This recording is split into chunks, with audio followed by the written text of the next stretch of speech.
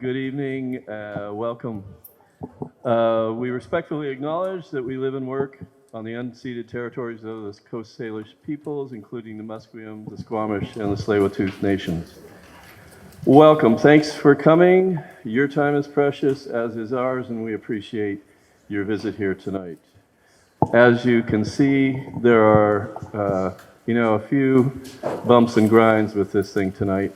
But we threw this together in 2 weeks, and what we were trying to do was make people aware of the tsunami of development that's coming our way, particularly in Kits. KitsPlan, if you don't know what it is, most people don't, I would assume.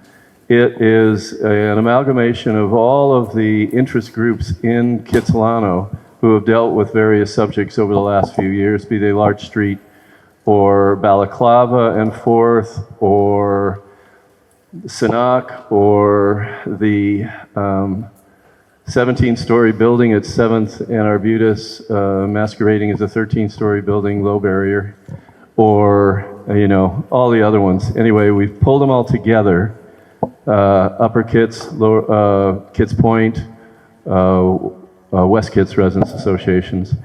And the idea behind this is that if we pull all our people together and get a group of individuals amongst those people that are interested and motivated to work towards a plan of Kitsilano made by the people of Kitsilano.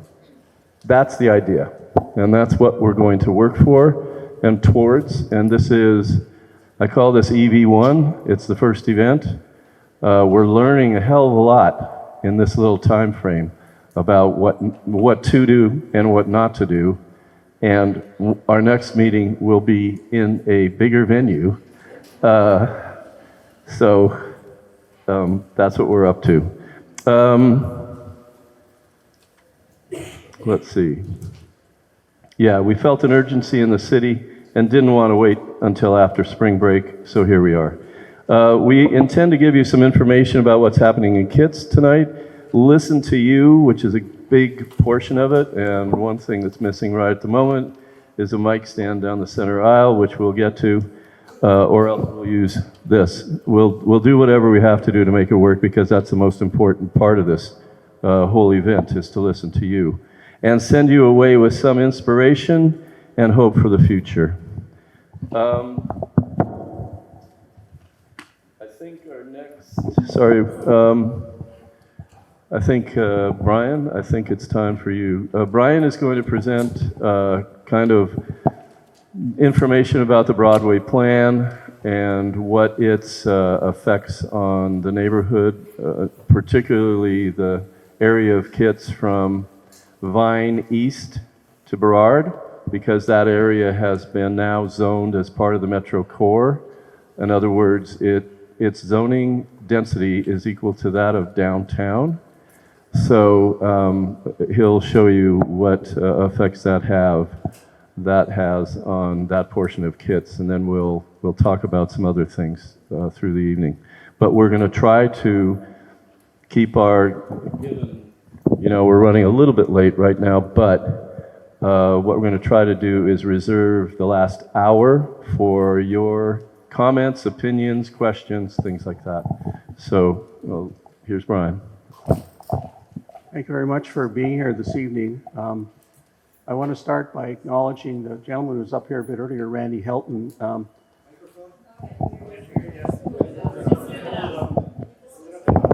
Better?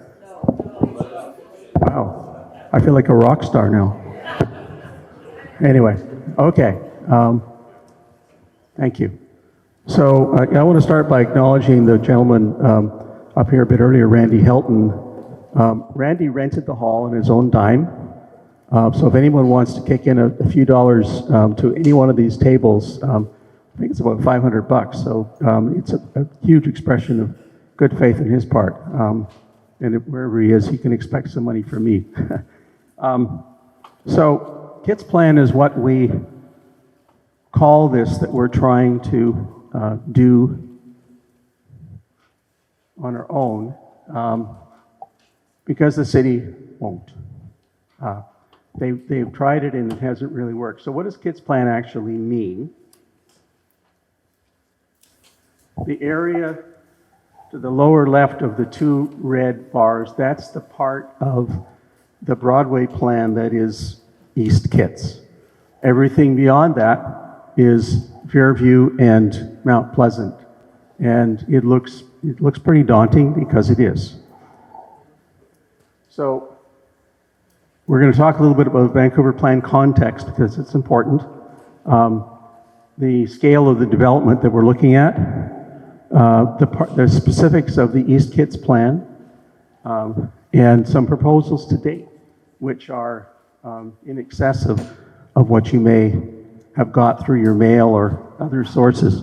I had a reporter call me yesterday and say, so you're saying there are 61 towers proposed so far for the Broadway plan, but the city says there's only 36. What's up? And I said, well, I can't speak for what they count, but for us it counts when we see the sign up or we see the for sale sign up, or we see the real estate magazine that's advertising this great new project that hasn't had a rezoning application, and that's where we get 50% more in process than what the city is telling us about.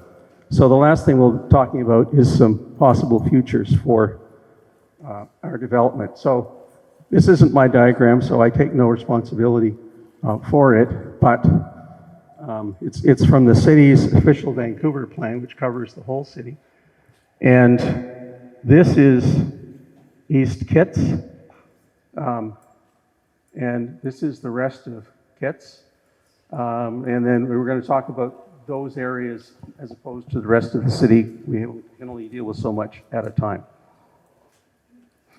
Now, after the Broadway plan was approved in June 2022, last November, the province approved 3 pieces of breathtaking legislation, which almost every municipality in the province is up in arms about.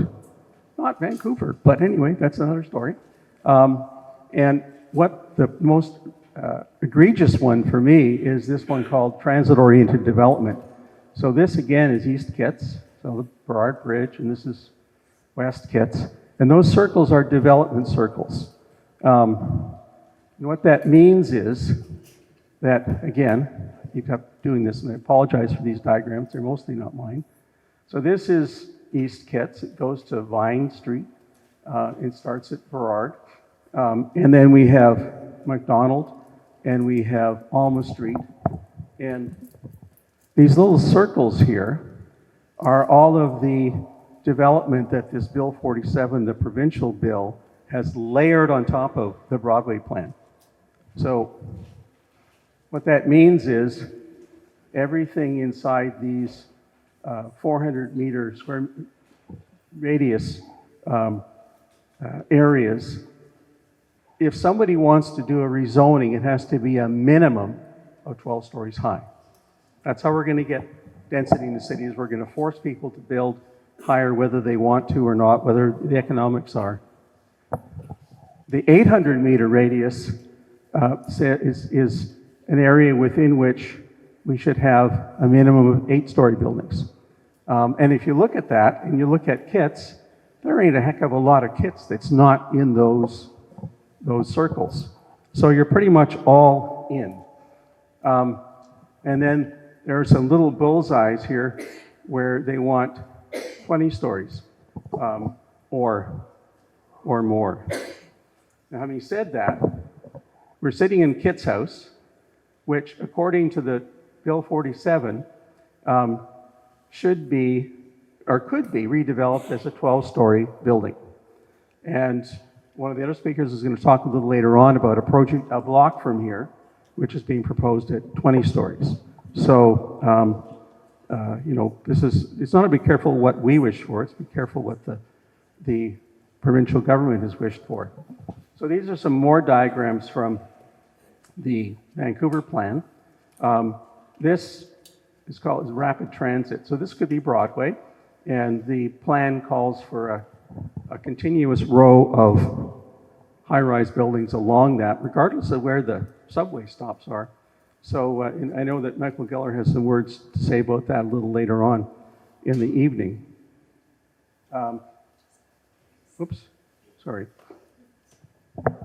So most of this, sorry? This is a notional diagram from the Broadway Plan. So they didn't tell me where north is. But if this was Broadway, I would say north would be that way, probably. So it's a number I want you to remember. Floor space ratio of 6. That means if you have a lot of 10,000 square feet, you can build 6 times that, or 60,000 square feet on it. Just park that in your brain for the moment. But what FSR 6 gives you is high-rise development. There's really no way around it. And there is a place for high-rise, I think, in some locations associated with some rapid transit stops, but not a continuous corridor, if you will. Now, as an alternate to that, we have all sorts of people, including local folks here, have done lots of studies over many years about things called walkable neighborhoods. And a retired architect, Bill McCreary, did one that I thought was very elegant, basically saying that every time we have a bus stop, we should allow 6-story buildings around that bus stop, notionally. And we should allow 6 stories along some of the arterials. Again, this could be Broadway, as an example. And the key thing, though, is that height suggestion reduces the further you get away from the center point, down to 3 stories or even 2 stories, which is sort of the existing single-family areas we have in the city. What's interesting about this, I wrote a City Conversation blog post about this, and I had some back and forth with Bill on it, and we figured out that just doing this in just along the major bus routes in Kits would double the density that we have today. So do we need to build 20-story high-rises in order to accommodate a lot of new Canadians, a lot of new people who want to live in the neighborhood? No, we don't. The other piece that Bill also did was, so I remember that FSR 6 high-rise number that we had a few slides ago. This is a development that Bill, it's an esquisse. It's a here's what we could do kind of a thing. So it's a standard 120-foot lot, street, lane. What can you put in between? And what Bill discovered is that you can put in between up to 6 stories. You can build an FSR of 3, so it's half that density, but 2/3 of what he put in here are family homes, 2-bedroom, 3-bedroom homes. And I'm sure you've probably all heard that in most of these new developments, there are as few 2- and 3-bedroom units built as possibly could be done, and mostly they're studio and 1-bedrooms. So Bill very cleverly identified that in 6 stories, we could double the density of any place we want to do this, at least. By the way, some of the older Kits towers, there's a smattering of existing sort of 12, 13, 14-story towers throughout Kits. Those are typically built to an FSR of less than 3, because the way that it was done in those days, you'll notice they all have big lawns associated with them, because you would basically buy a whole bunch of property, and then you would put a tower 12 stories, let's say, at this end, and the rest would be open space. Now, it might be, in the worst case, parking. It might be passive green space that you could just look at, and your neighbors could just look at, or it might be more active than that. But we used to be able to do an FSR of 3, no problem. Now, the Vancouver plan, again, looking at Broadway, or maybe this is 16th, or 4th, heaven forbid, looks for a continuous string where you don't have transit happening. It looks for a continuous string of 6-story plus or minus buildings. But it also looks for high-rises right behind them. And the reason for that is that the planners tell us that they don't want these to shade the shopping street.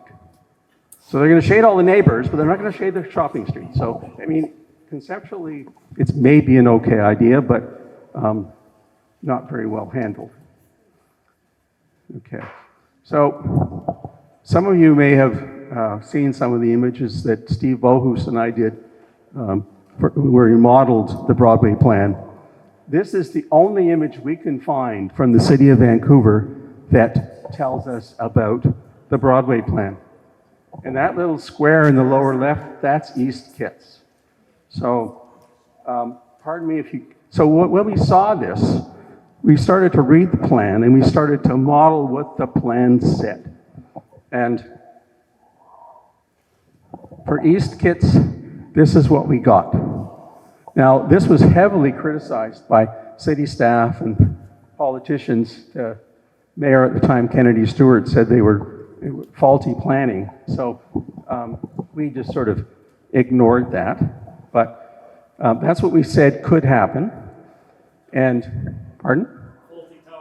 Faulty towers. Yeah, faulty towers. Good name.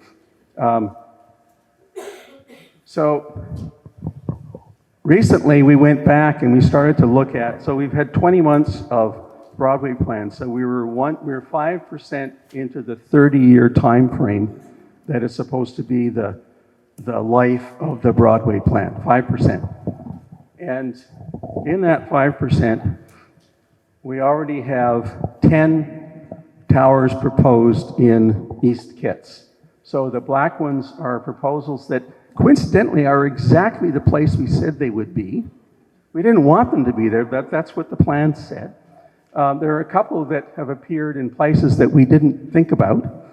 And there's one here that was refused by the city because they said to the applicant, and I'm not kidding, you can't make this stuff up, wait until the Broadway plan because you'll be able to come back a lot higher. So, so I feel really bad about this. I feel good about the fact that we called it right. A couple of people have said that we shouldn't have modeled this because it means that people will copy it, the developers will copy it. And I said, no, what it means is that the developers all read the Broadway plan as carefully as we did. So they would have figured this out on their own.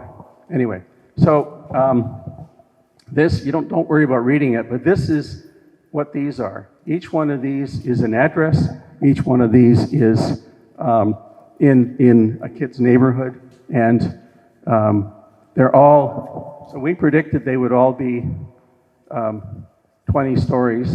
And guess what? One of them is 17, one of them is 22, one is 18, and the rest are all exactly what we predicted they would be. So again, I'm not tooting our horn.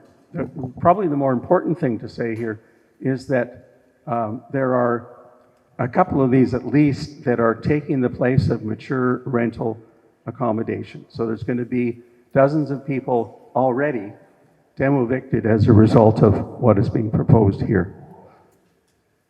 And all of these new proposals are double the density of 3, which was the maximum you were allowed to build anywhere outside of the downtown area until the Broadway plan came along. So this is East Kits, this is Vine to Burrard, 16th to 1st. And by the way, the plan goes all the way down to 1st Avenue. And what we did, and I didn't model them all because it would be too much, but we indicated all of these little squares are the notional heights of towers or mid-rise development that could go in those areas. So there's a bunch of 6-story development way here in the southeast corner, and there's some more here and a few other places, but that's the sort of development pattern. And the pattern is, let's throw 2 here, 3 here. There's one block currently that has 2 existing high-rises on it, and there are 2 more proposed. And the Broadway plan says no more than 2 high-rises per block. So I think that somebody's math isn't very good, and it's not ours. And I apologize if I sound a little cynical. So wrapping up, here's Kits. This is the portion of East Kits that is currently covered by the Broadway Plan.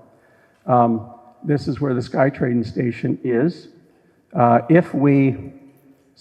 it appears that if SkyTrain is extended out to UBC, this is just speculation on our part, but given the transit-oriented development diagram with all the bullseyes we showed earlier, is it not reasonable to expect, even be horrified though, that we would have a similar scale of development in the rest of Kits? There's nothing in the Vancouver plan that says we won't. Now, the Vine portion, the east portion of Kits, could have 74 towers, could have 13,000 new homes, probably all tiny, but that's not me doing that, and could have 28,000 residents based upon the standard of 2.2 residents per unit, which is a kind of a universally accepted standard for how many folks move into the neighborhood.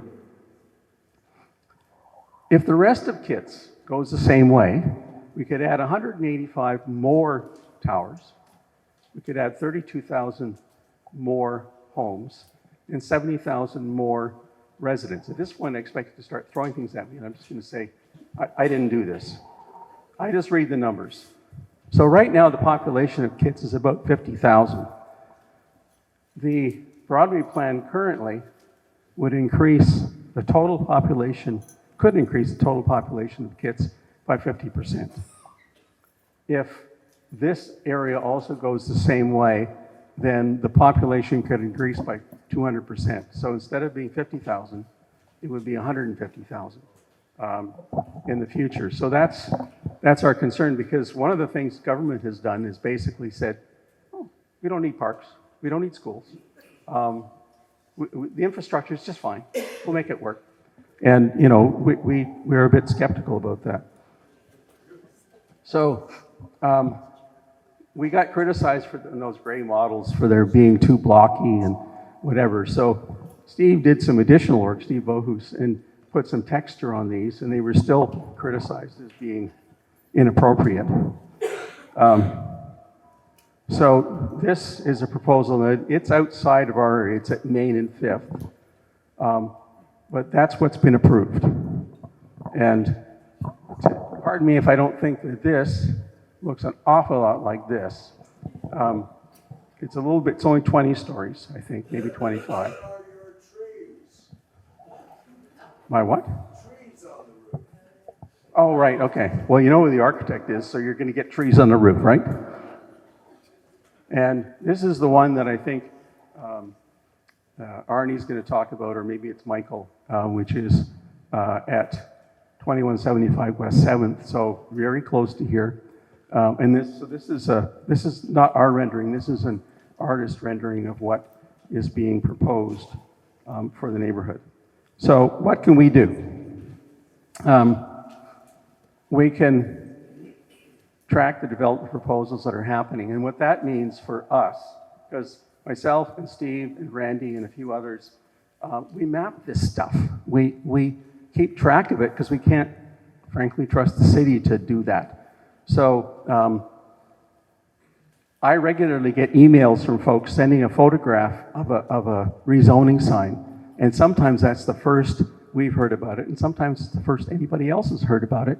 You're out walking your dog, and all of a sudden you discover that in the next block there's going to be a 20-story building, and you've never heard about it before. Such is the nature of the beast.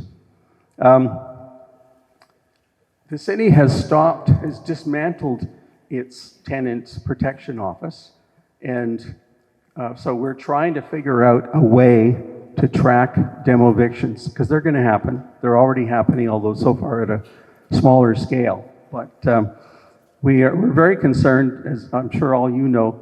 How many people here are renters? Okay, so you know that there are all sorts of folks sniffing around already, and we need to figure out what's going on, because the city's not helping us with that. We need to identify when somebody proposes something that is even more unexpected because it's allowed under these new provincial laws that have come into effect, and you need to sound the alarm. So that's largely what we're doing here this evening. There's a bunch of us who are interested in this who have backgrounds in planning and design, and we're hoping that we can help the community plan something that will welcome a reasonable number of new residents, protect the existing residents, especially the renters, from being given the boot, and at the same time preserve Kitsilano as a community that people really want to live in. So that's the end of my remarks. Thank you. Yeah, I am Stephen Bohus. I'm just going to say a few words. I have a bunch of slides, but I'll skip those. Wanted to just make 2 points. When you look at the Broadway plan, like we can go into the details on, well, this rezoning application doesn't really follow the city zone rules and it breaks down these counts. And I can go through that. You can check out CityHallWatch.ca for many of my analyses and the analysis of others. But as a renter and as someone who's watched how the city evolves, the biggest sin that I find in the Broadway plan is what they have done with the RM zones, that's the multiple family zones, and the RT zones, that they've opened those up wide to development. In the West End Community Plan, they had the wisdom at that time to say that these RM zones are off limits, they're not for rezoning, and that's how they preserved a lot of the affordable rental stock in the West End. In the Mount Pleasant Community Plan, that was revoked in 2022 at the time of the passage of the Broadway Plan. They did not change the RM or the RT zones. Those were protected. So renters in the 3-4-story apartments, in the 10-story towers, they were protected from redevelopment, and the Broadway Plan has done away with that. So that's my comments, and thank you for coming. I'm not really going to refer to any slide anyway, so I'll just leave this up here. What I want to talk about is to go off on another tack. And that's what are some of the issues around high-rise development itself. And I think to begin with, you have to recognize that there's a certain contingent of citizens in this city who actually like to live in high-rise buildings, and that's fine. And there will be some high-rise development in the city. That we're not going to ever stop that because the city's growing, and that's kind of a byproduct of its growth. And that also, high-rises make really good postcard photos from the air, and with all the sparkly lights and everything. So, if you're a tourist bureau and you're highlighting Vancouver's move into, what would you call it, sophisticated world city, then high-rises really do nice things for those photos. However, a lot of ours don't sparkle so much. A lot of the high-rises are dark. And why is that? There's a couple reasons for that. One is that they're bought by investors, and those investors just want to either sit on them or rent them out for short-term rentals, things like that, which we're now starting to put a crackdown on. But also, another reason why is because a lot of them haven't actually sold, because they're unaffordable. Because most of the people in Vancouver don't make enough money through the year to actually be able to afford these units, especially the ones up in the upper echelons of the high-rises. But here are some of the other issues about it. I mentioned affordability, but it's not just in dollars, but can we afford the climate effects of those buildings? They are very intensive in their use of materials which give off a lot of GHGs. The use of concrete and steel is not exactly environmentally friendly. You probably know about the processes of that. Most of us do by now, of the production of concrete and how it's harmful to the atmosphere and not ecologically friendly. Also, high-rises are much more expensive to run, to operate. You have to cool them in the summer and heat them in the winter because the ones in our city are largely glass and steel. And so they're very, very intensively energy inefficient. It also costs more to maintain these types of buildings. So those are some of the arguments against them. Also, fire safety. Civic costs go up for fire equipment to access upper floors and rescue people. And most of our fire departments aren't geared to, our local fire department in Kits would never be able to save somebody in a 20-story building. You have to totally rely on the in-building fire systems, and they're not always, useful. Another big one with high-rise is, the kind of world sample or example of this is Christchurch in New Zealand, is that high-rises aren't resilient. They will, and this is what resilient means, if there's an earthquake with a high-rise building, that building typically, of course it depends on the seismic event and how serious it is, how high the number on the scale is, but in a serious earthquake like we're expecting sometime, those buildings will allow you to get out of them, but they're useless once you get out of them. So if you have a condo or an apartment in one of these high-rise towers and an earthquake like that hits, you can exit fine, but when you get out on the street, you better get used to it because you're not going back in. They're not safe. They can't hold you after that.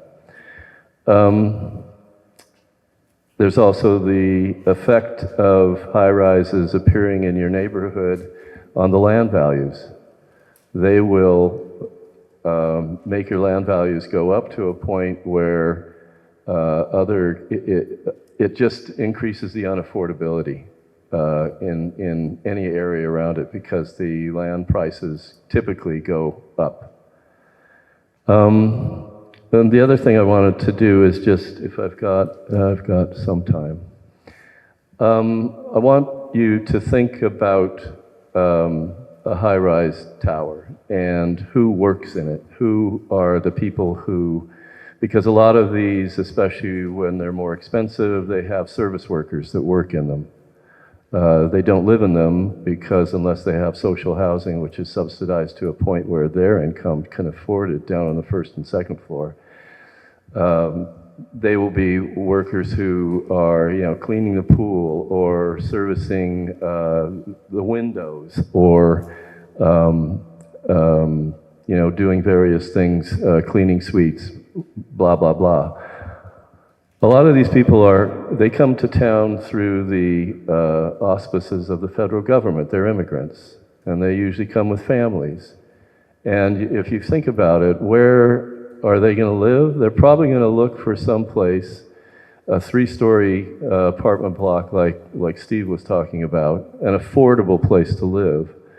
They're trying to get a job just to get started, even if they're a professional, even if they're doctors that can't get registered here because the BC requirements are too difficult for them, things like that, and they just want to keep, feeding their family. So they're working in a place like that, or more importantly, their house in a 3-story apartment block, affordable, gets bought by a REIT, and then that REIT decides that we should develop this site to a 20-story building. So their 3-story building becomes nothing. It disappears. Their home disappears. They are forced now to try to find someplace affordable, and if they're lucky, they'll find someplace possibly in Vancouver, but most likely they'll move out to the valley. And now they have to drive to work. And this is all part of the greenest city strategy. It doesn't make sense because those buildings are not environmentally responsible to begin with, and now you're throwing these other aspects and effects onto it by forcing people out, and it loses all of its value. And we keep being told that this is the kind of affordable city that we're going to create by these towers? I don't think so. I think it's a big mistake, and there are different ways that you can get a similar density without tower construction. The other part of here I've got is questions that must be asked. Where is the good planning in this willy-nilly broadcasting of towers as if seeding a lawn in the spring?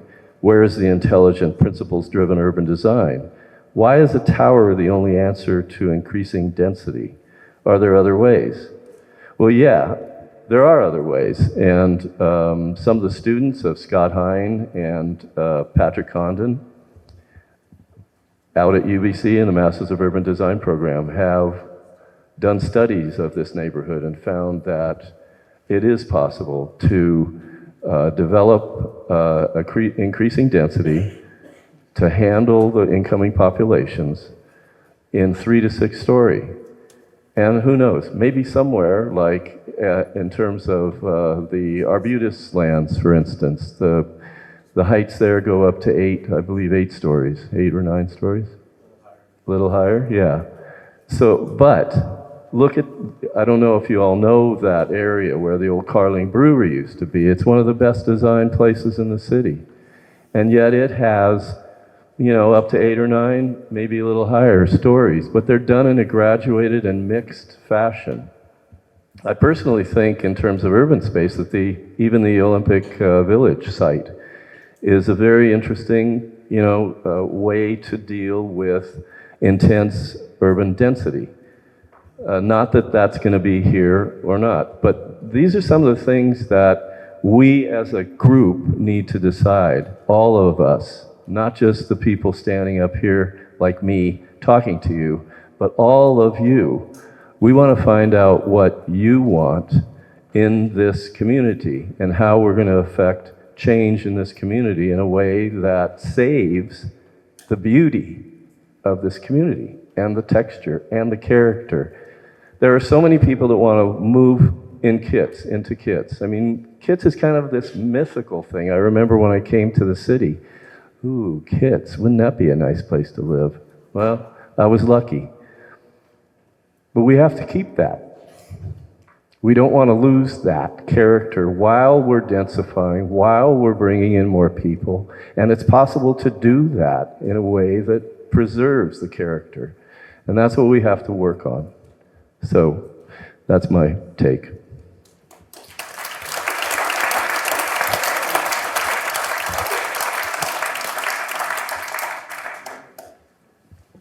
Next up is our special mystery guest, who will be he will be acting as a developer to present one of the projects that has come before the city and as a proposed project right now.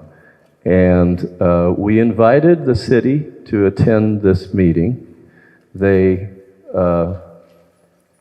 how would you put it, Randy?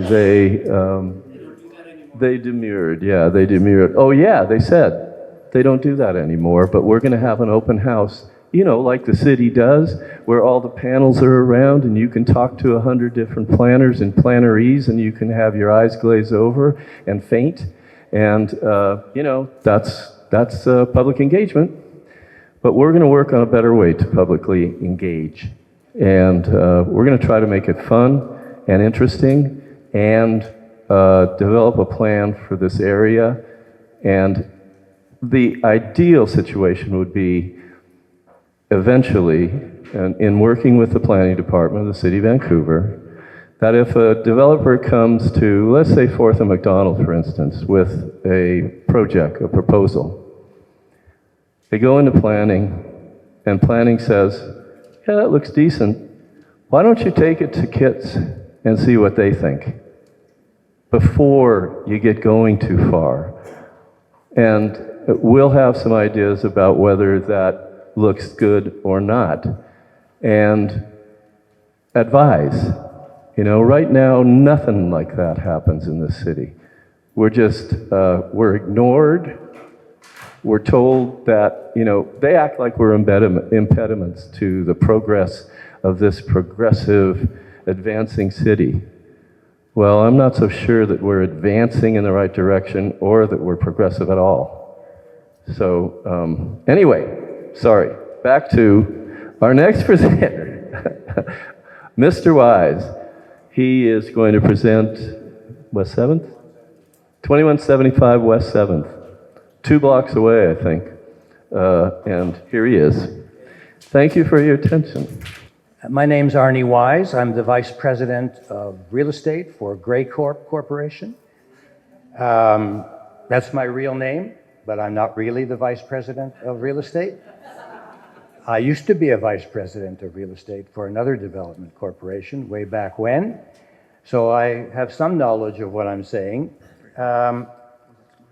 So we are developing the project at 2175 West 7th, and it's currently a 3-story building with 35 rental apartment buildings.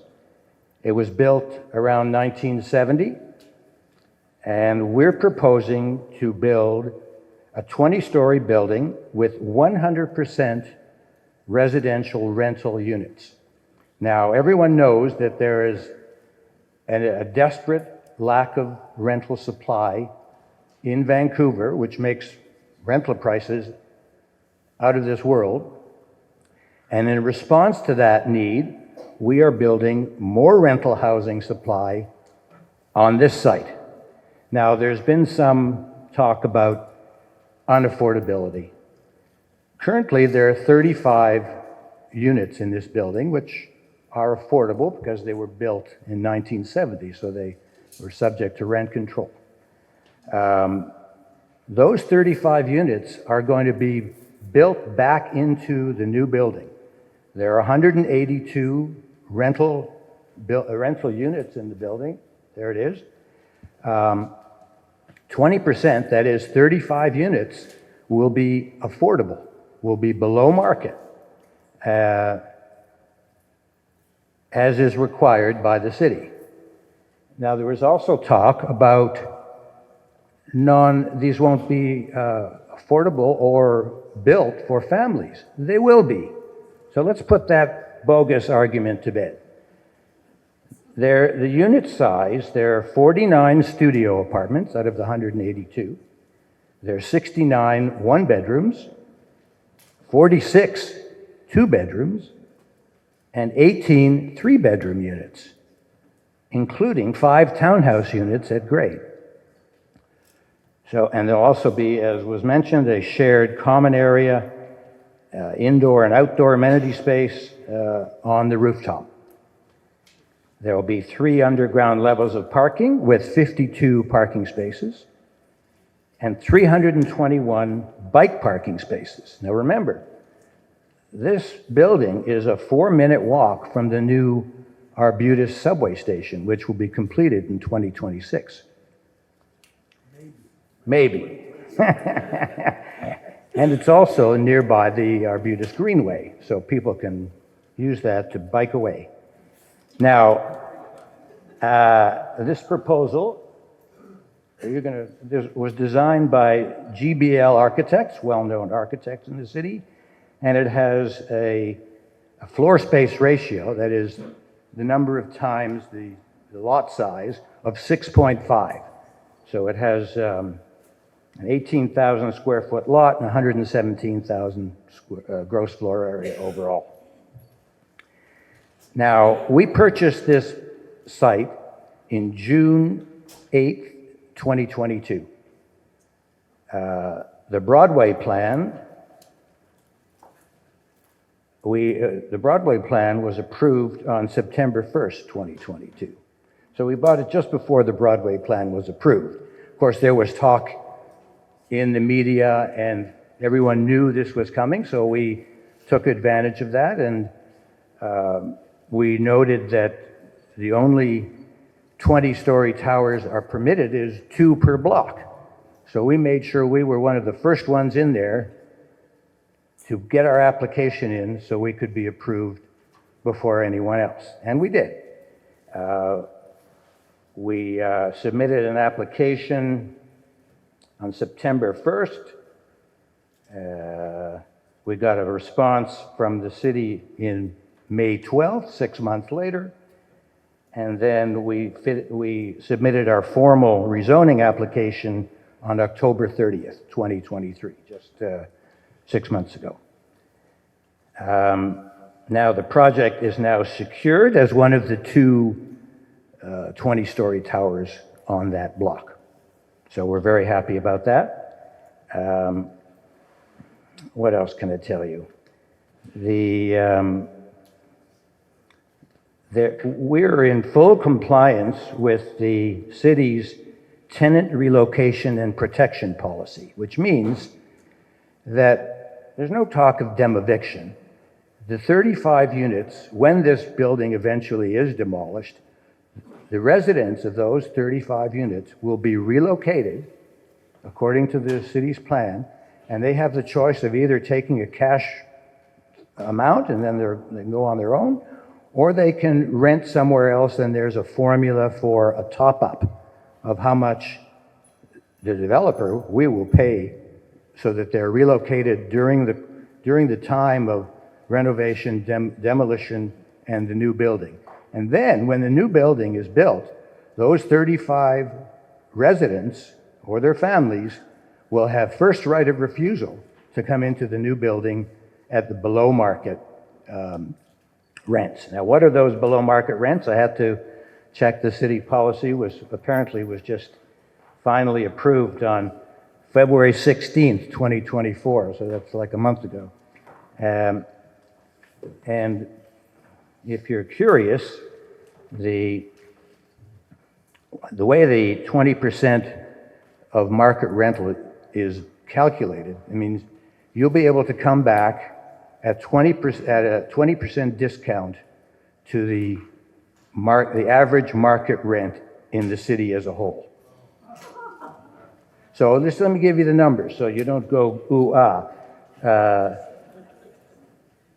As of these are CMHC numbers, so that in 2023, a 20% discount to the market rent for the citywide will mean a studio will rent for $12.23 a month, one bedroom $14.29 a month, two bedroom $19.69, and three bedroom or larger $23.95.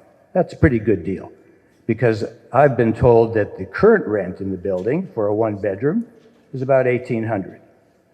So anyone who comes back to the new building is getting a better deal than they have now. That's all I have to say. If you have any questions, we'll be happy to answer. Thank you. After.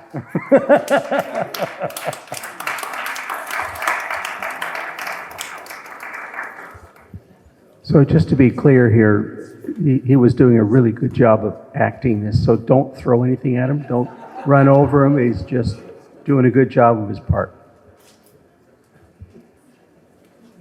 Our next speaker will be Michael Geller, who's been a architect, developer, planner, what else? Real estate consultant. And that's the wrong, yeah. The one with the arches, at the base. Yeah. We need to get the ugly building up on the slide, if you'd just be patient for a second. Okay, here's Michael Geller. So whenever I'm following a lot of speakers, I'm reminded of a time I was invited to Chicago to give a talk about my work, and I arrived early in the morning and the room was full, the air was fresh. And as the day went on, more and more people left the room, and by the time it was my turn, there were about 25 people left, Larry. And as I was talking, one by one, they would discreetly sneak out the side doors, to the point that finally there was one person left sitting in the third row. And I stopped and I said, look, this is silly. I am perfectly happy to stop talking and you can go home. He said, I can't go home. I'm the next speaker. But I understand I am the last speaker, and I'm well aware of the fact that most of you have got questions and comments and want to participate in this debate. So I'm going to try and go as quickly as I can, but I do want to present a couple of thoughts. And I'm going to start off by acknowledging, first and foremost, I am standing before you as a hypocrite. And I say that because I've spent most of my life seeking approval for higher density developments in neighborhoods that the residents didn't really want to see approved. Although, as Stephen Mikicic, who's in this audience, a planner in West Vancouver, knows that notwithstanding the fact 150 people wrote letters and appeared at a presentation to make at public hearing, when the project was finished, they actually were quite happy with it. And indeed, I'd like to think that most of the projects I have done over the years, at the end of the day, people were reasonably happy. But I'm here today because there are other people in this room who contacted me not too long ago to say, have you seen the proposal for 2100 block 14th? And it doesn't matter whether it's on the screen or not. I took a look at the proposal, and as an architect, we're not really supposed to criticize the work of other architects. And even though I'm a retired architect, I want to respect that. But the building is atrocious. But that's not the issue. There are two issues. One, the building isn't as attractive as it could be, but it doesn't matter. Even if it's really, really improved, it's wrong. And the reason it's wrong is because this particular aspect of the Broadway plan that allows buildings at a floor space ratio of 5.5 and up to 18 floors in height on a street zoned for duplexes is fundamentally wrong. And the tragedy is that most of us miss this. Because if you think back to when the Broadway plan was being discussed, the matter of greatest concern to the majority of people was what was going to happen to the residents of the older 3- and 4-story affordable apartment buildings. And even right up to the last minute of the council meeting, that was a concern. And the council put in place 11th hour tenant protection measures that Arny has eloquently presented as justification, and it's true. And it's easy to be cynical. The truth is, the zoning in the Broadway corridor basically says if you build 100% rental building and you provide 20% below market, then you can build 80% market at a density which, as Brian and others have pointed out, is really downtown density. Now, I know for many of you're very familiar with your own profession, but people like Palmquist and I, when you say 5.5 FSR, we understand what that is. That's about twice what my professors at the University of Toronto School of Architecture said was a comfortable density for residential. We were brought up to believe density should be around 3.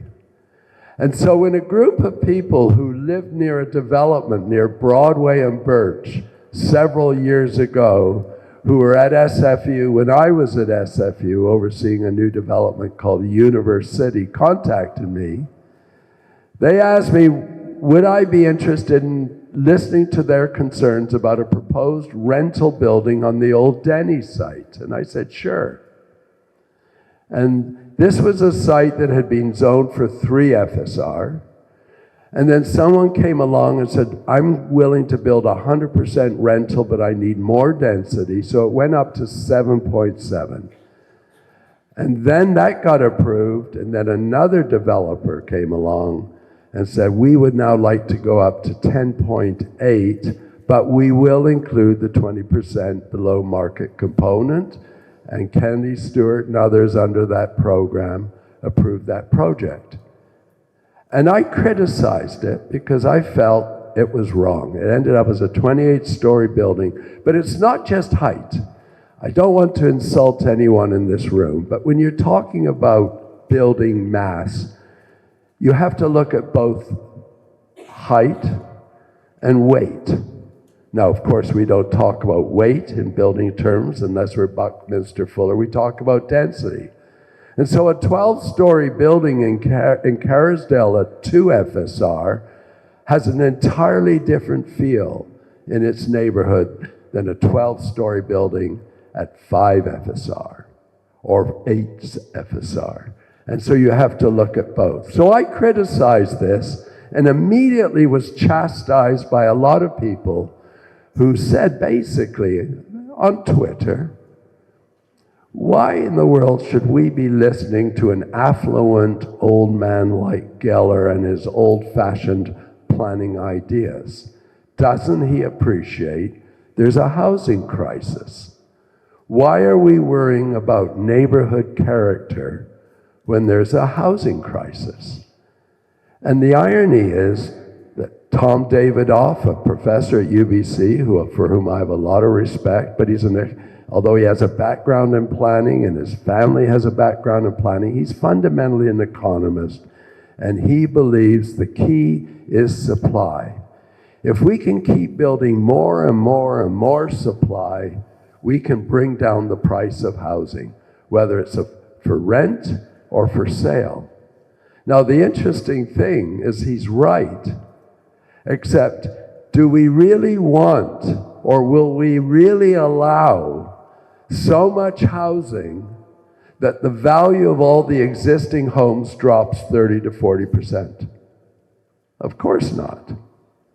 And if we really build enough rental housing to bring rents down 30 to 40%, well, that would seem like a wonderful thing. It isn't, because then it will not be possible to build new rental housing.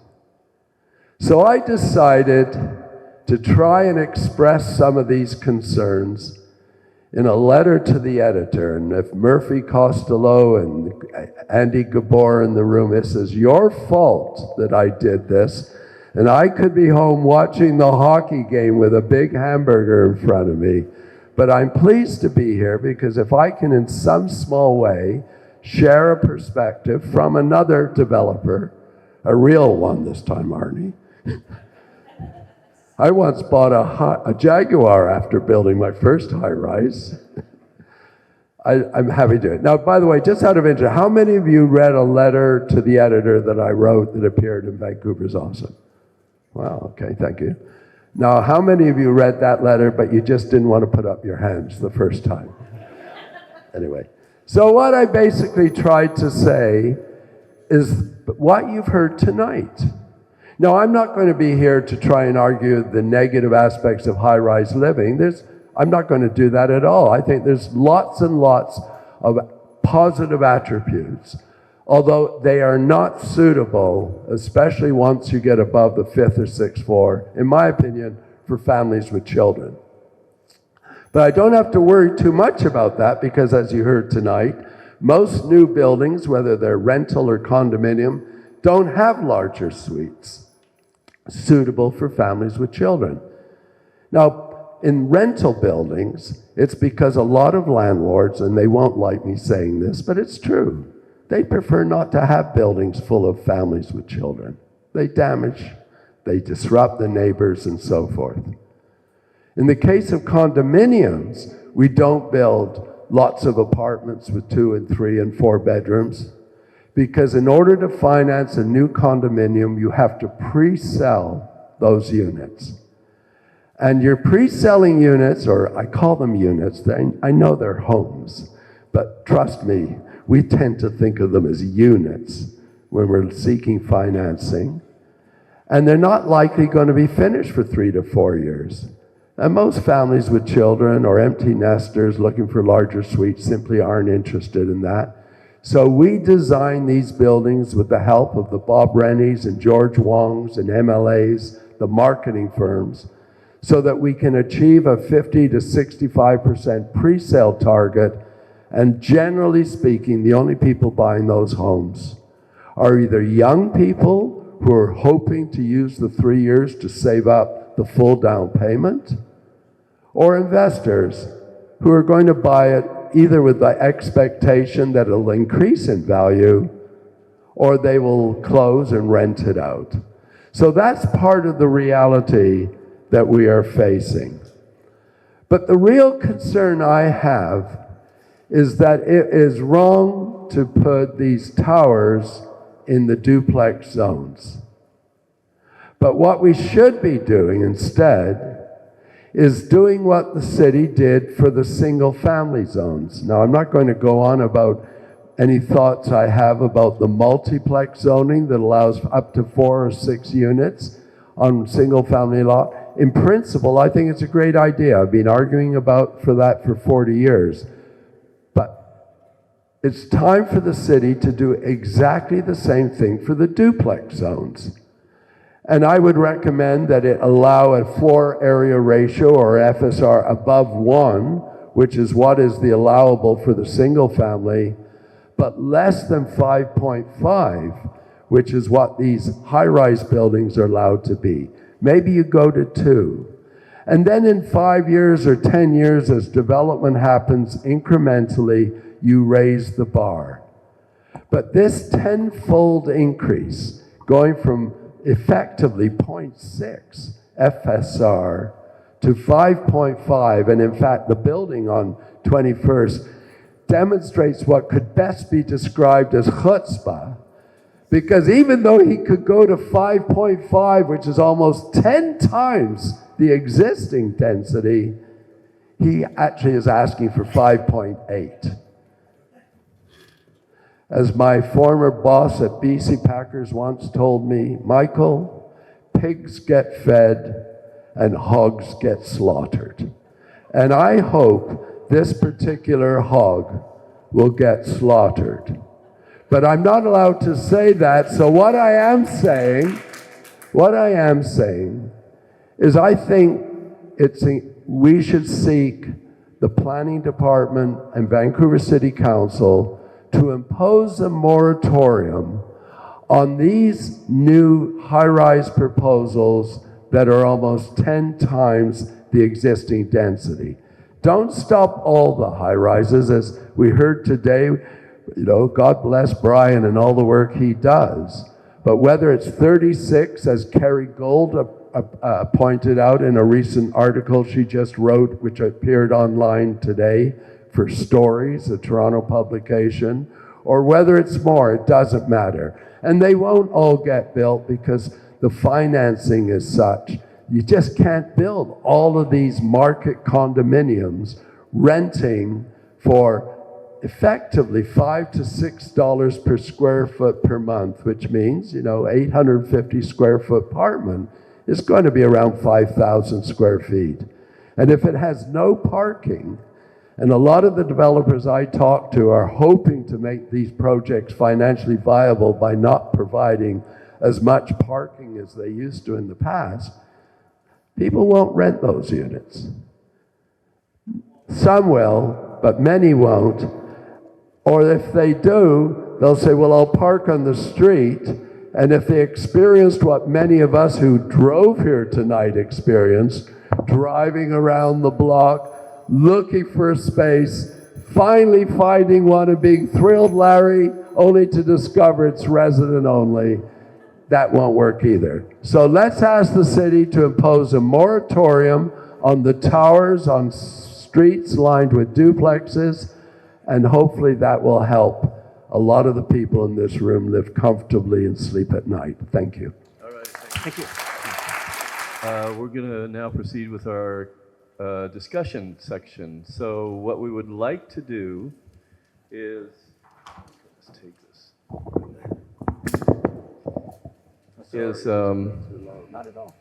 we're going to give each of you 2 minutes because we got a lot of people in here and we have less than an hour.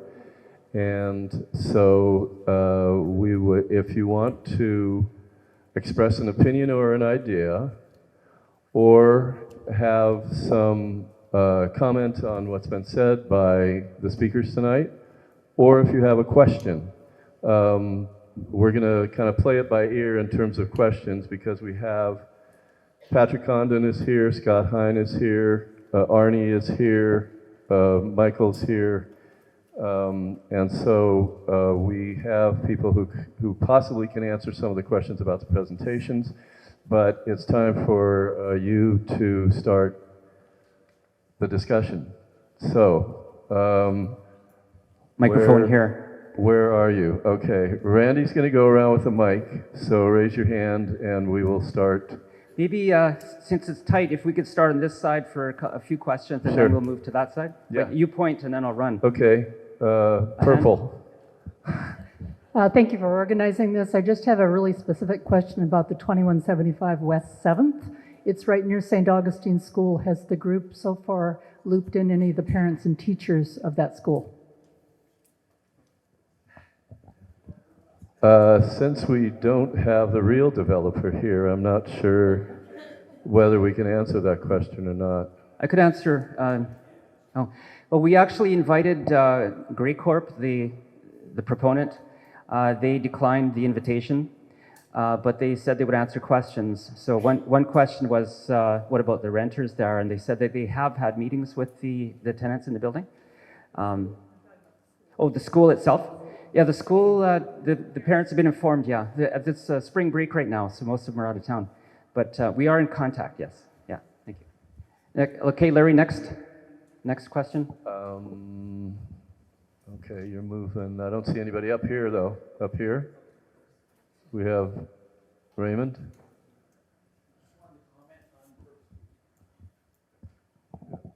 So just to clarify, Birch Street, so when it was approved at council, the council that Colleen Hardwick sat on, 2 votes changed at the last minute. The developer, Jameson, couldn't afford to develop it. Thank you. So the developer couldn't put the money together. Originally, West Bank was going to taking it over, but that fell through because West Bank's in some trouble. And so the government came forward, David Eby's government has lent Jameson $160 million, low interest, below 1%, to build it. But what is curious about that particular development is even though 20% are set aside at below market, the average size of a studio is 295 square feet. A 1-bedroom is 395 square feet. A 2-bedroom is 506 square feet, and there are no walls between for the bedroom. So the units are incredibly tiny. So I think that's worth noting. Randy. Front row here, second row, right there. Yeah. Hi, thanks very much for doing this. And there's so many different ways that you could comment. So I'm just going to start with something to do with the environment. On Saturday, I happened to be at a talk by Douglas Justice, who you may know is with UBC Botanical Gardens. And he says we're in dire danger of getting to stage 4 water restrictions because of the climate change. Stage 4 water restrictions means that you can only use water to drink and for essential human functions. You cannot water a garden, you cannot water a tree, and if this happens, the trees will die. This was a presentation on urban trees. If the trees die, we die. I asked him, well, what will be the impact of these proposed developments? And his response was, cities have not prioritized water, and water for use for trees and things that we actually need to live. So this is another perspective that I think is being overlooked. I also worked in the water and wastewater industry for 4 years. We do not have the water infrastructure in Vancouver, in Metro Vancouver, to support the kinds of densification that is being proposed. So the other point of all of this is why, I still do not understand why we need all this densification. So, and I guess the other point is I don't see how much of this is going to be so-called affordable. And I actually don't understand why the city even wants all of this development, and I haven't had that answered to my satisfaction. And I guess the most important thing I would say in closing is, a lot of us complain about all these things, but what, if anything, can we do about it? Is there really any point? Will they listen? My experience is they don't listen at all. Most recent public hearing I went to about the park board, over 90% were against it, and yet it was just as if they weren't in the room. So I'm hoping that this group and everybody's volunteers can find a way to have some sort of uprising of citizens to point out that this is simply not on, and this just cannot and must not happen. But I'm afraid I'm just becoming more cynical. And so my biggest question is, can we do anything? How can we do it?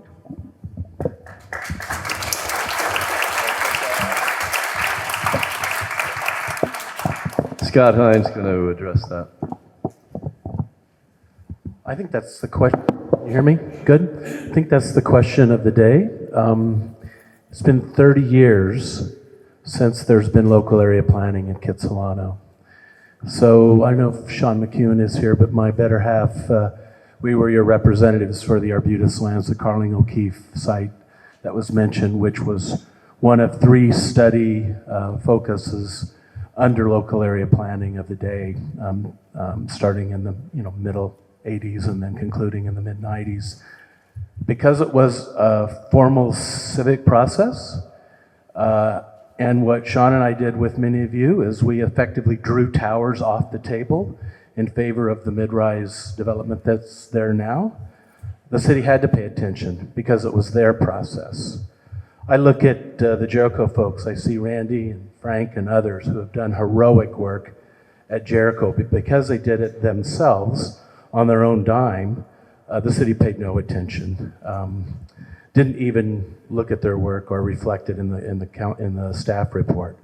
So where I think this conversation may need to go in terms of really activating not just this constituency, but a much younger group who may not be here, who plan on making the community their home for many years, particularly families, is to lobby for politically for a process similar to local area planning, where the city has no choice politically but to step up, and the terms of reference can come, and to the extent that either the Broadway Plan or Bill 47 is influential, can be worked out.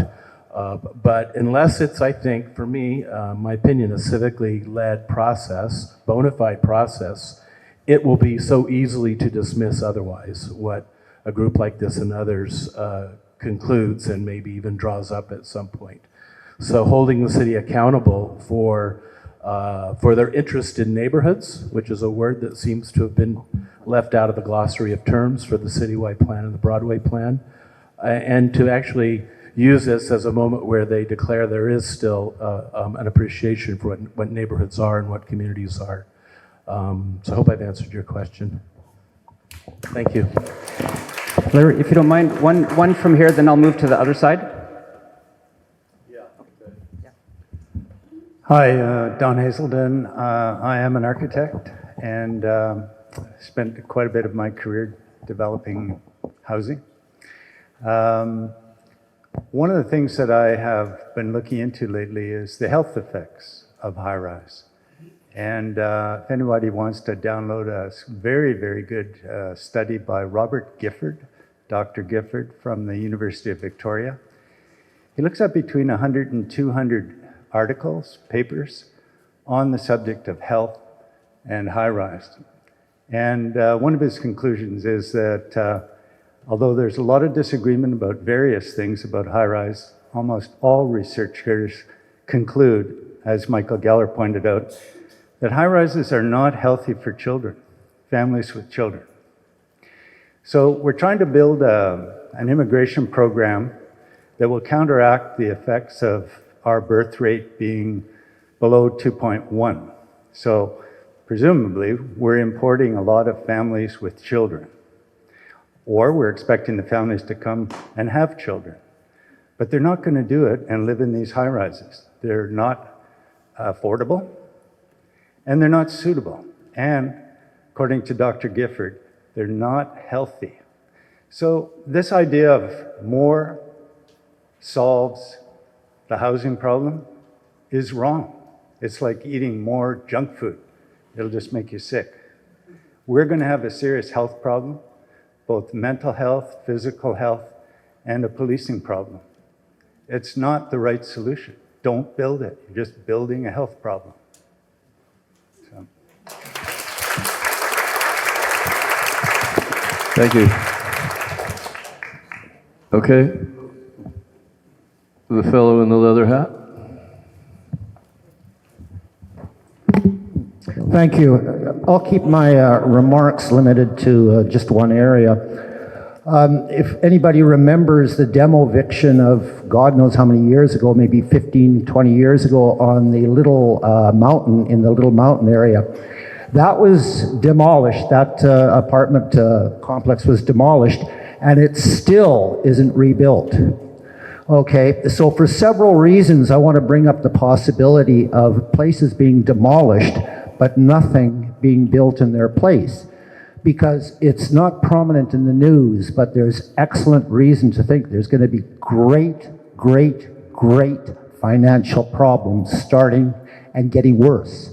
And I can imagine the financing for a lot of these high rip-off real estate developments, particularly the ones done by the private equity firms. I think that financing may turn out to be a house of cards which can easily collapse. So there's the very real possibility of a lot of demolition and no reconstruction. Also, the Broadway Plan gives the city essentially the power to en masse terminate people's tenancies. That is beyond the city's jurisdiction. That is provincial jurisdiction. The city is the creation of the province, and it does not have the power to trump any of the provincial laws. So it can be taken to task that way. It can be taken to court as a judicial review to see if they have, in fact, the jurisdiction to give developers so much, en masse ability to evict people. That's not the city's ability.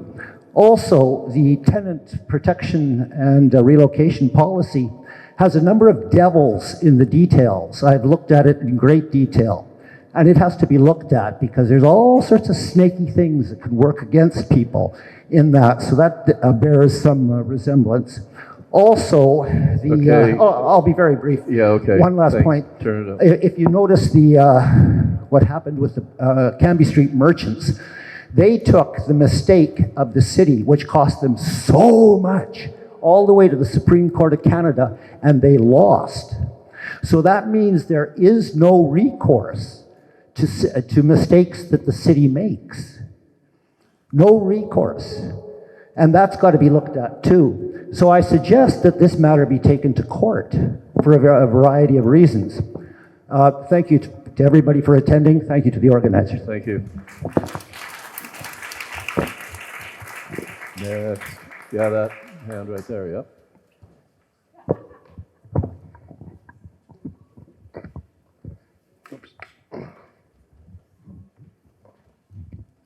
Thank you for putting on this. This is very informative.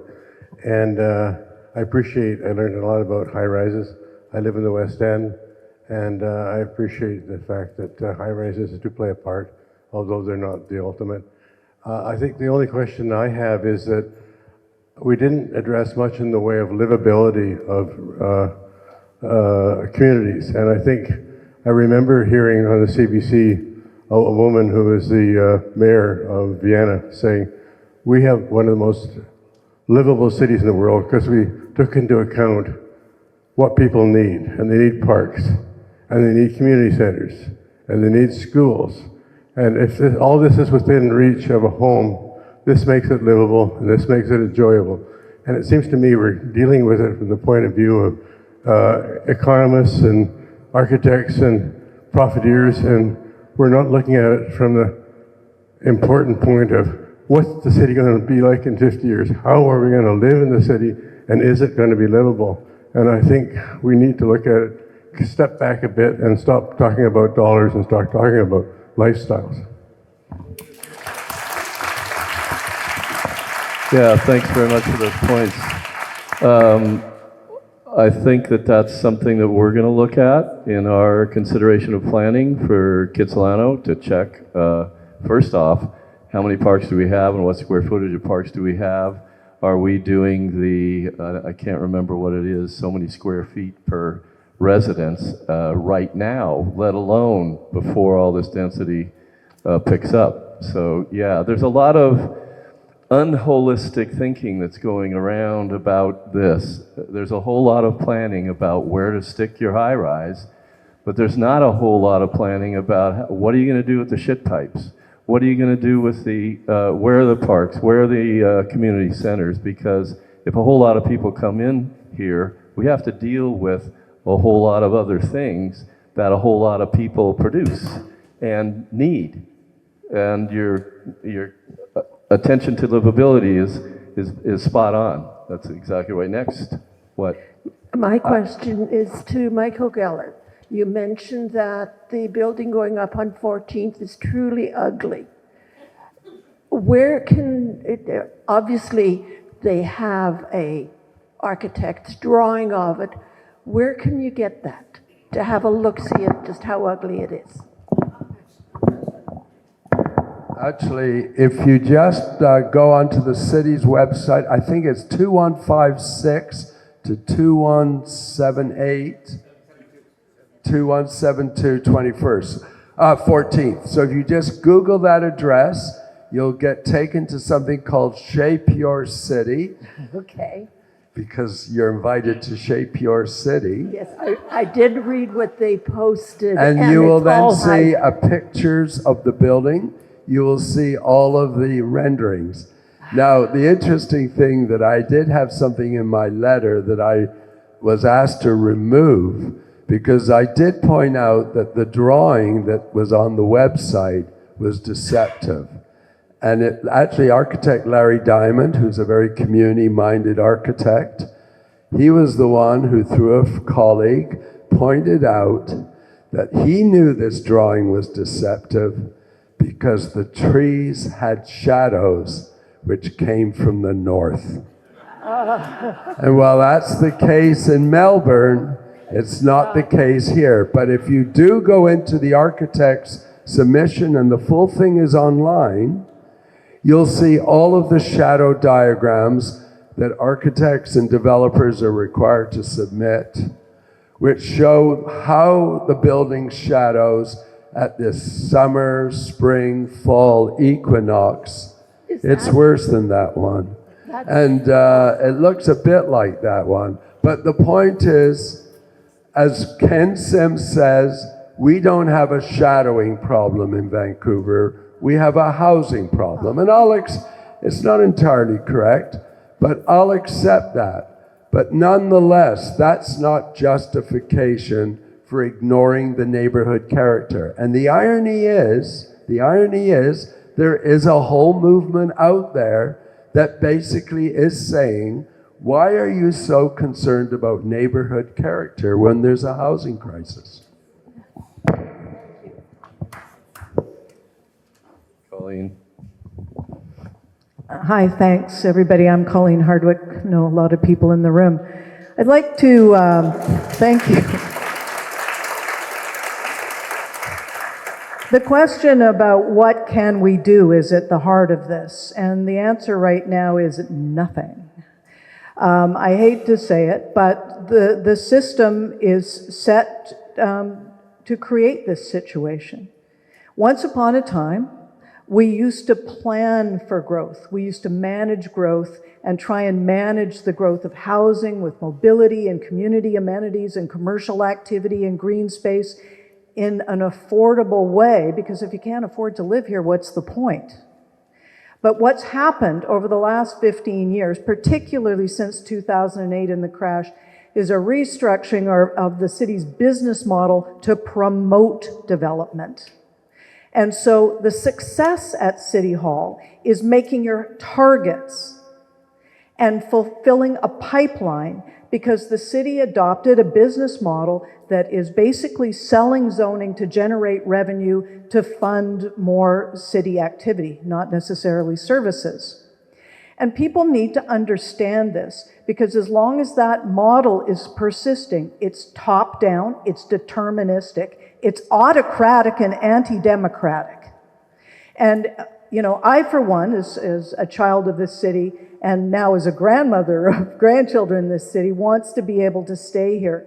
And unless we put a priority on our neighborhoods and say that we're going to stand up for our neighborhoods, and I'll stand here and say I only think a ward system or some way that gives power to people in the neighborhoods is going to have any effect whatsoever.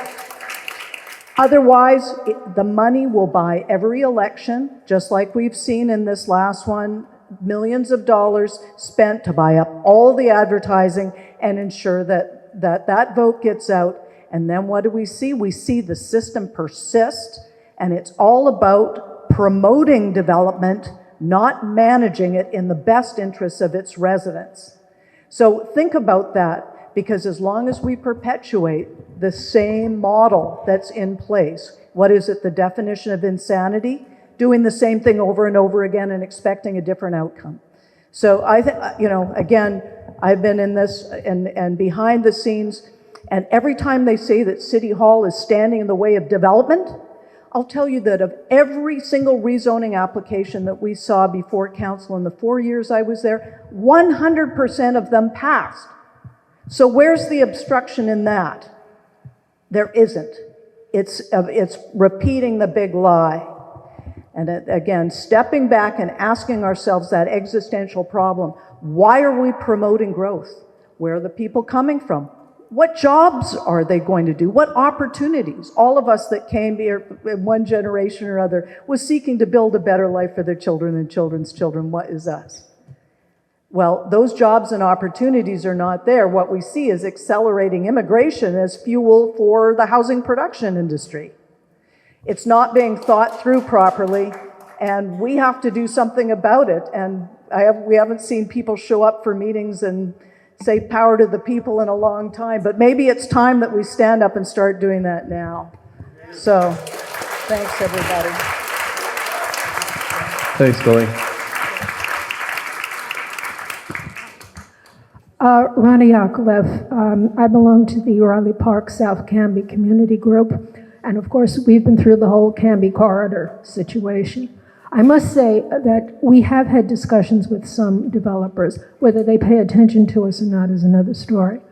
I think meetings like this are extremely important, and I hope that there are more of them. But I would urge that you contact other community groups in the city and everyone work together, because really the problems are the same. Because we've been fighting height in the Canby corridor for forever. One thing, though, that I think is really important that Mr. Geller mentioned is the call for a moratorium. And I think that what we should do, something that can be done, is go to the media. I would think that if we had a full court press where there was, in effect, not the storming of the Bastille perhaps, but that we actually march on City Hall and demand the moratorium, that the voices are heard, get the press involved. Maybe it'll even go national. But I think you have to, in effect, shall I say, shame the city, but really do something. As I say, meetings like this are extremely important, but we're talking to ourselves. We have to get the word out. Thank you.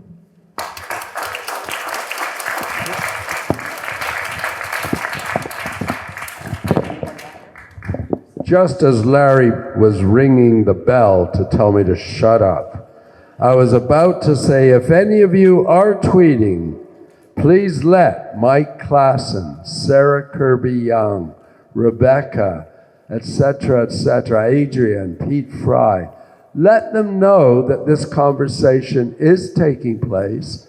And if you do agree that perhaps a moratorium, not on all the 36 towers, not at all, but at least the ones that represent a tenfold increase in the surrounding density.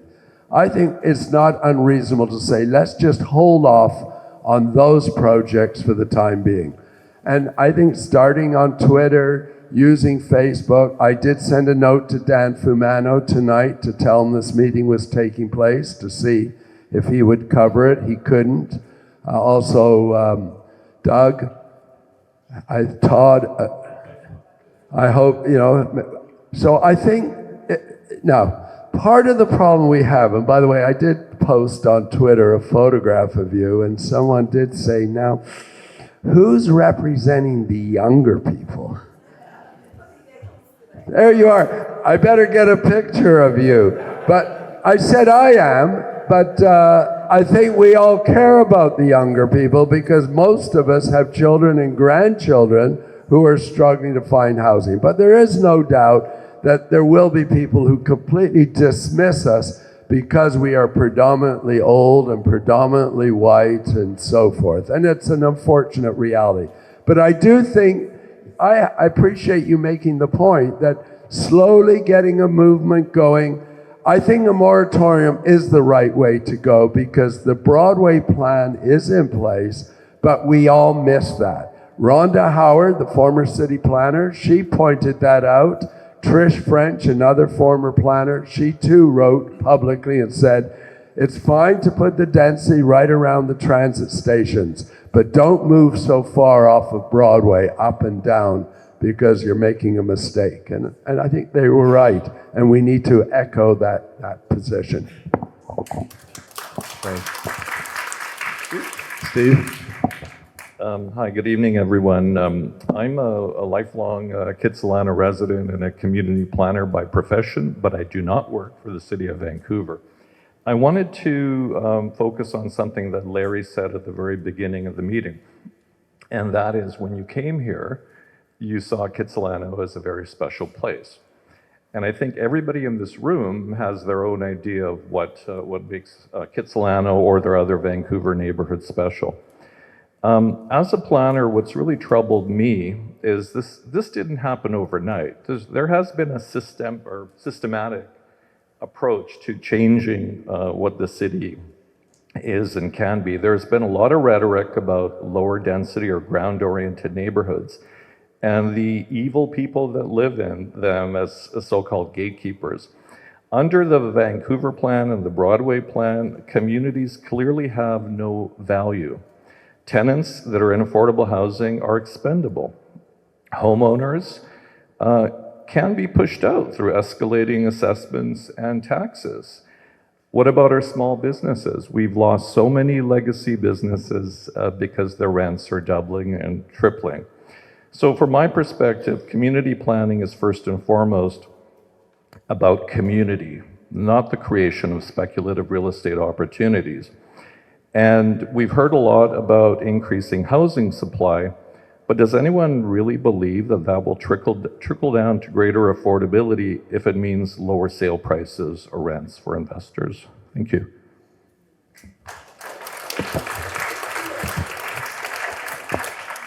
Yep.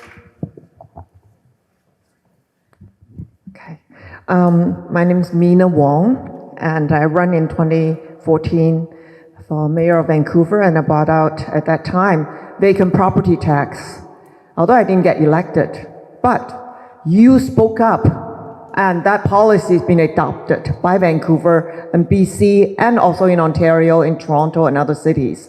So participation, I always believe in participation. We live in a democratic country, in the system, that if we don't go out and speak up and cast our vote, and talk to our representatives, the ones that we elected, and let them know how we feel. I live on a rental building on Cypress and 7th, and I see the neighborhood. I walk around the neighborhood and I see all this new planned building coming up, and it's just out of nowhere. Suddenly you have this high-rise in the middle of, like a very harmonious kind of a long-term development, and it's just all individually springing up.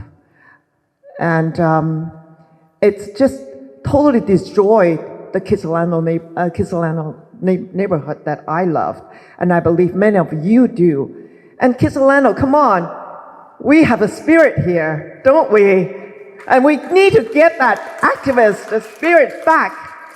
Get your neighbors, talk to your family and your neighbors, and tell them why we need to get organized and get out there.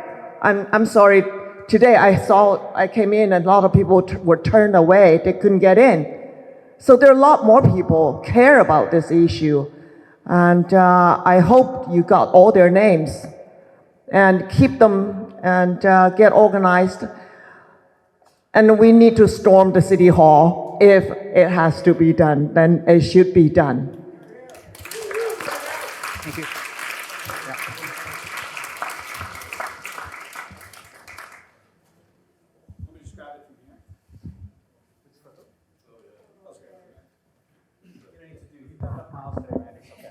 I got it. Thank you very much. Thanks, Randy. Thanks, you guys, for putting this together today, by the way. Oh, sorry, you know what? You were way ahead of me. Thank you. So one of the last presentations was talking about gradual density, gradual growth. I think we're well positioned here to see, some of the mid-rise buildings that were built back in the 70s, I believe, so was when the last of them were finished. And that was some of the growth that was happening in Vancouver then, prior to the downzoning that restricted those from any more buildings of that density that there was demand for and happening at that time. And we can see the division between East and West Kitsilano of where 3-story apartments, low-rise apartments were being built before. Multi-unit conversions were happening, which is one of the places that I live in, to provide some of those, smaller, low-density buildings. But after that downzoning happened, those weren't able to happen in much of Kitsilano that remains single-family. And much of the older apartment stocks that is low-rise wasn't able to densify when it might have been feasible. I've seen some of the many older ones being gutted and replaced when maybe it would have been more viable to increase the housing on those ones where there wouldn't have been displacement. And I think it was particular in commenting on the West 14th development in this duplex area where a 2.0 FSR would be more appropriate for what's surrounding there now. Why is that particular number appropriate when that downzoning over the past 30, 40 years has prevented that sort of natural growth over that time, that those buildings might have been built 20 years ago if it was possible, but now 2.0 is appropriate? And then my other question regarding that is like, well, what form is that 2.0 FSR actually going to take when the West 14th, I think, is 3 properties with duplexes with a market price of about $3 million each? So when the base price of purchasing that land is $9 million at 2.0 FSR, what can be built there and how affordable is that actually going to be? When you're saying that a 1-bedroom in this tower isn't going to be affordable, what would replace it if you're going to cut that height in a third?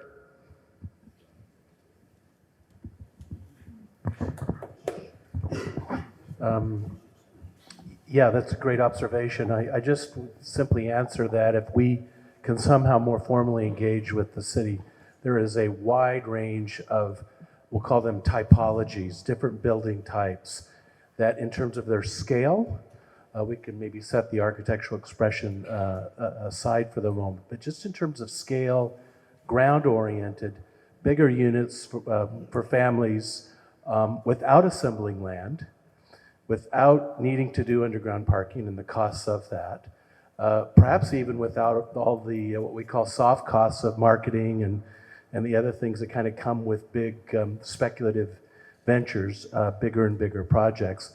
There's a whole range of those kinds of buildings that harken back even to the streetcar era that we see that could be dialed up just a bit, nominally just a bit more and still offer some new affordability. But I think a key is to get away from land assembly so that you can generate some value towards some non-market potential in a very incremental way. And we just continue to think about bigness or bigger and bigger projects as the only way to do this. Regarding reframe that then. When current building codes don't allow building 3 stories or more without a double loaded corridor, which is largely infeasible, like impossible on a single lot, which is one of the reasons why the multiplex are possible. They're limited to, I believe, 2 stories with some below ground, below grade. Single stair maybe allows some additional height. But again, when you have a single lot that's $3 million to purchase, if you divide it between 6 stories in a single stair building, your base cost for the land is still $500,000. After built costs, what is the result? Even if those are 6 3-bedroom units. And would people be willing to accept a 6-story building, an 8-story building next to their duplex if they're not happy with whatever is more? I thought Bill McCreary's example here was a very good one at 6 stories, just to offer that. And I do think there's a challenge in terms of a speculative strategy where land does change hands, even though it may not be assembled with adjacent parcels. It's harder and harder and harder, as you're saying, given land costs. But if you think about everyone's property assessment, there is a tremendous amount of latent equity that's buried in your assessments that you can't get out, either for your family to refresh your property or as legacy value or endowment for generations to come. So rethinking how we liberate that latent equity, again, without land assembly, more units on a lot. I think there's a way to do that in the kind of scale range that still fits, East Kitsilano and the rest of Kitsilano. But we just haven't been able to sit down and have conversations like that with the city. They've leapt, as Michael pointed out, they've leapt from single family and townhouse FSRs at 0.6 and 0.75 all the way up to 8. And there's always been a gap, even up to 1.5 FSR, that we've never been able to explore as off-the-shelf zoning. So one way to look at this is how can you do it without relying on a speculative market? Let the current landowner enjoy the equity in their land and stay in the neighborhood while offering new housing opportunity through a more intensive strategy in a newer building. So. All right, nothing fell down. Do you want to answer? To your points, which I very much appreciate. I'll just deal with the single exit one very quickly. There are studies now going on about the feasibility, but it has to be from a life safety perspective. I was in London when the Grenfell Tower burned, killing 80 people. I watched it live, and I knew what the problem was, and one of the big problems was a single exit. So if we can prove it from a life safety perspective, I don't think you'll have any objections to that. To your other points, though, I agree 100% that zoning in the past has often been seen to be restrictive. I can't say that's a result of the folks in this room, but we need to kind of set history aside a bit and say, okay, where do we go from here?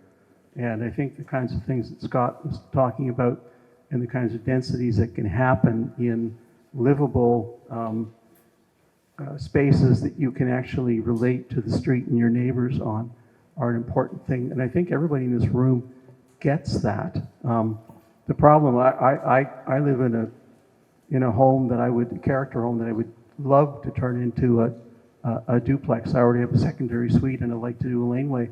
And the city has so many impediments to it, which are just stupid, that it makes no economic sense. So regardless of what folks in this room would like to do for their children, for their grandchildren, for people who need a place to live, there are things preventing them that are silly. And part of what we want to do, I think, is to deal with the silliness and make some of it go away. And a group like this can help that. But I really much appreciate your comments and concerns. All right, yeah, no worries. I can go now? I can get. Yeah, thank you. Hi, I just have quick comments here. My name is Damon. I live on 13th. I'm right by the beautiful 14th development building, this gorgeous monstrosity here. But coming in here, and this is a question kind of posed to everybody, or even a comment posed to everybody, is I walked in here because I saw this development proposal go up. I looked at it, I said, that looks terrible. But I had no real knowledge to speak to. I'm not an expert. I don't understand FSR. I don't know all this. I knew it was bad, and you know what? I've learned a lot about why it's not very good since I've been here. But for me, it's more of how daunting the situation that we're in is. Colleen mentioned it. All of you have mentioned it a little bit.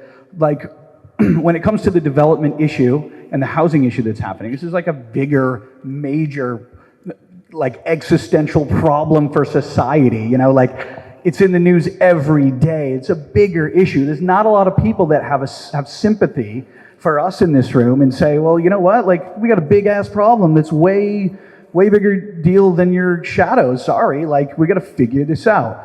And for me, I look at that and I go, I'm a bit handcuffed because I don't really know how to speak to a solution to this. I don't know how I'm going to like run through a brick wall to City Hall and have a real conversation with somebody with some actual, you know, tangible solutions or problems with these that exist here. And it's been super informative today, but hell, Arny, your fake sort of proposal jam there, I mean, to anybody outside of this room, sounded pretty good. Like, I'll buy one. Cool, let's go. You know, and that's really an issue that's kind of bigger than sorry, not bigger than, but that we need to address. That's like, what can you empower me with? Because I tell you, I will run through a brick wall. I'll go to City Hall. I'm one of those guys that'll get up and at them. But I need to know what I'm talking about. I need to feel like we really have something that combats a 100% success rating on zoning changes of the last 4 years with City Council, stuff that I didn't know about, but that's crazy. But that's what we're up against. These are the actual challenges that are there. They're not going to say no. But has anybody walked up with a list of things for them to say no? Why? Really why? Because I don't know all of the answers. You guys kind of do, though. FSR stuff sounds really good. That's a really important thing. But I still don't know why that's a bad thing in my neighborhood. You know, I can't talk about shadows because no one's going to care that my backyard's going to be covered. Big whoop, man. You live in Kits. Suck it up. So what I'm trying to say is, what I'd like more of out of these meetings or any correspondence or what you can put on the website is let's dig down into the things that really matter, that will impact decisions, right? Because we know money, we're never going to have enough money to go toe-to-toe with them, right? They're all trying to solve the problem, right? That's what council's trying to do. They want to come in and swoop in and save the day. I know there's not one single developer that actually is in the interest of housing problems right now. They're just licking their chops because they get to build stuff in Kitsilano now for the first time in forever, right? But they're going to come in looking like they are the superheroes. And they're going to build all the housing we need. Don't worry about it. And they're just like counting the money. We're never going to be able to combat that position that they're taking on it. What we can do, though, is take, you know, what is it, 10, 15 years of experience in architecture, Michael? You know, maybe, give or take a few.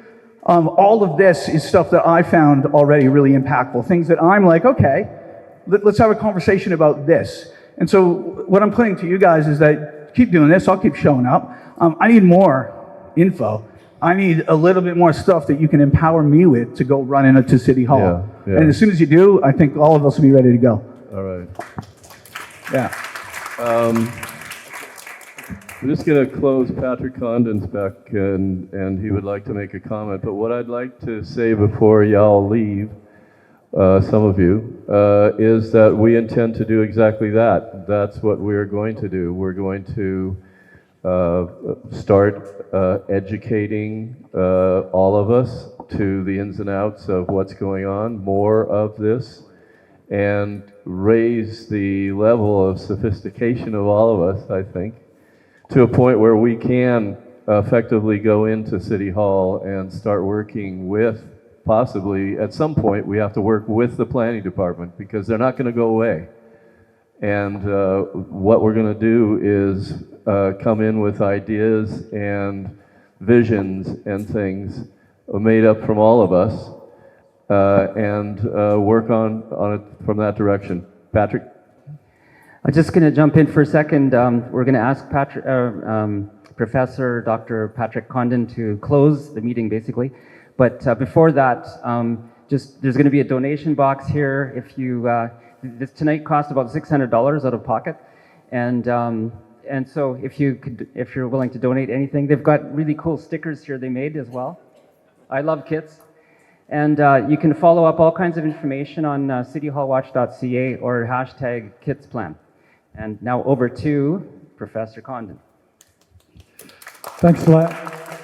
It's late, and I'll keep it very short. To me, the whole thing comes down, and these comments most recently have drawn attention to it, which is really a difference of opinion about whether or not it will make housing cheaper to open up the whole city to this kind of product. There are some who say that it will. There are some that say that it won't. I say it won't. One of the most important empirical bits of evidence that it won't is compared to other North American center cities, the middle of metro regions. No other city has added as much housing as Vancouver. There are 3 times more housing units here than there were in the 1970s. No other center city has done that. Like a center city like San Francisco, for example, has expanded maybe 5% since the 60s. So we are the vanguards of basically adding density, and this neighborhood that we're in the middle of has done an amazing job when you walk around. There's some using Michael's FSR, there's some that are at 2, some that are at 2.5, some that are 1.3, some that are 0.6. There's a lot of that happening here that has never happened in any other North American center city. So if adding new housing units was going to lead to cheaper housing, Vancouver should have the cheapest housing in North America. It has the most expensive housing in North America. Now, I will close by saying, I don't believe the answer is to stop this, because it's not going to be stopped. They've already invested in the subway. There's a lot of pressure on this part of the neighborhood. Some of the design decisions that can be worked into this are very agreeable, and they're in the tradition of the development of this neighborhood over time. But I think that there is an opportunity, if we want affordability in this new density, to insist on affordability. I think it's been mentioned here that we can leverage 50% affordability instead of 20%. And that 50% affordable would not be 20% below market, which is still unaffordable, which is what they're giving now. But it can be pegged, as in the case of various municipalities, particularly Cambridge in the United States, it can be pegged to the median income of our families in this city. And it's very workable. And what it does is it moderates the inflation of land value if you insist on it. I just saw this today. Anybody else see this?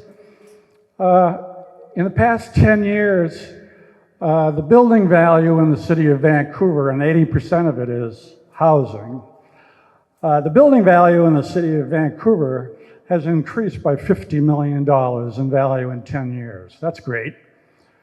The land underneath all those buildings has increased by $500 billion, $500 billion. It's all in land value, and the Broadway corridor and the citywide plan, which open up the city to untethered real estate development, well, as I mentioned, in the past, 300% increase in the number of housing units should have led to affordability. It didn't. This looks like 1,000% increase in density, and it won't. The evidence suggests that it won't. So thanks for your attention. Thank you, Patrick. In closing, In closing, I'd like to thank everybody for coming here. This was wonderful that we got this kind of turnout, unfortunately for some, but hopefully this fellow in the back who's videographing this whole thing will produce something that we will be happy with, and we will get it out to all of you and all of them. So thanks very much, and don't forget, as Randy said, the donation box is over here, but also keep your eyes and ears open for our next meeting. I don't have a date for it right at the moment, but our next meeting will be in a larger spot, and we promise it will be worth it. We're working on the next one already. We're not sure of everything going on, but this time we'll have a bit more time to organize it. So, yeah. Oh, okay. Also, a shout out to the residents associations which were here, West Kits Residents Association, mine, the Upper Kits Residents Association at the back, yep, the Kits Point Residents Association, last but not least, the innovative Jericho Coalition in the back, who has put forth a sensible plan for Jericho. So thank you all for coming, and hope to see you at the next one. Thanks a lot.